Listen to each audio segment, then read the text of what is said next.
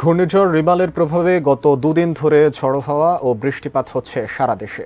বৃষ্টি ও জলোচ্ছ্বাসের প্রাণীর প্রবল চাপে বেড়িবাঁধ ভেঙে জেলার নিম্নাঞ্চল প্লাবিত, পানিবন্দী কয়েক হাজার পরিবার। এমন পরিস্থিতিতে আবহাওয়া ও জলবায়ু বিশেষজ্ঞরা জানান, দেশের ইতিহাসে সবচেয়ে দীর্ঘ সময় থাকছে ঘূর্ণিঝড় রিমালের প্রভাব। এর পেছনে ঠিক কী কারণ জানাচ্ছেন শেখ ফরিদ। দেশের উপকূলে আঘাত আনার একদিন পরেও ঘূর্ণিঝড় রিমালের প্রভাব কাটেনি। ২৮ মে রাত পর্যন্ত রাজধানী সহ দেশের বেশিরভাগ এলাকায় এই ঝড়ের প্রভাবে দমকা হাওয়া ও প্রবল বৃষ্টি হতে পারে বলে জানিয়েছে আবহাওয়া অধিদপ্তর।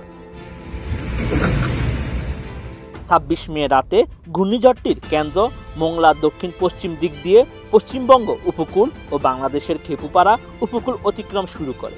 ঘূর্ণিঝড়ের প্রভাবে সাতক্ষীরা, খুলনা, বাগেরহাট, পিরোজপুর, পটুয়াখালী, বরগুনা, ভোলাসহ উপকূলের বিভিন্ন জেলায় ঝোড়ো হাওয়া বয়ে যায়। বাতাসের গতিবেগ ছিল ঘন্টায় ৯০ থেকে ১২০ কিলোমিটার। এর প্রভাবে উপকূলের বিভিন্ন এলাকায় জলোচ্ছ্বাসের সৃষ্টি হয়। সারা দেশে বৃষ্টি হয়েছে ২৭ মে সোমবারও। আবহাওয়া ও জলবায়ু বিশেষজ্ঞরা বলছেন, বঙ্গোপসাগরে গভীর নিম্নচাপ থেকে সৃষ্ট ঘূর্ণিঝড় রিমালের প্রভাব অন্তত ৪৫ ঘন্টা থাকতে পারে। এর আগে ২০০৯ সালে ঘূর্ণিঝড় আইলা আঘাত আনার পর ৩৪ ঘন্টা ধরে দেশের ভূখণ্ডে প্রভাব ফেলেছিল।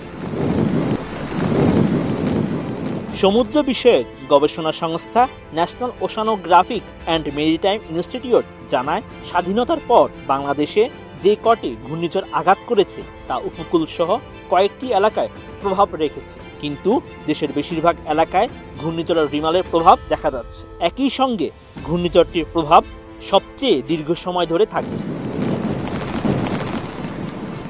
এদিকে জলবায়ু পরিবর্তনের কারণে বঙ্গোপসাগরের অতি উষ্ণ অবস্থা থেকে শক্তিশালী ঘূর্ণিঝড় সৃষ্টি করছে। এমন ঘূর্ণিঝড়গুলোর মধ্যে রয়েছে সিডর, আইলা, আমপান, মোখা, ইয়াস।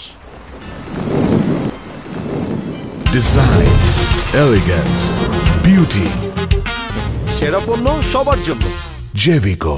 জলবায়ু বিশেষজ্ঞরা বলছেন, ঝড়ে বাতাসের গতি কমে এলেও এর সঙ্গে প্রচুর মেঘ আসছে, যা ঘূর্ণিঝড়ের পর প্রবল বৃষ্টি ঝরাচ্ছে। ঘূর্ণিঝড় রিমাল ২৬ মে সকাল পর্যন্ত ঘন্টায় ১১ কিলোমিটার গতিতে এগিয়েছে। এর আগে ১৯৯০ থেকে ২০২০ সাল পর্যন্ত বঙ্গোপসাগরে সৃষ্টি হওয়া ঝড়গুলো ঘন্টায় গড়ে প্রায় ১৪ কিলোমিটার গতিতে এগিয়েছে।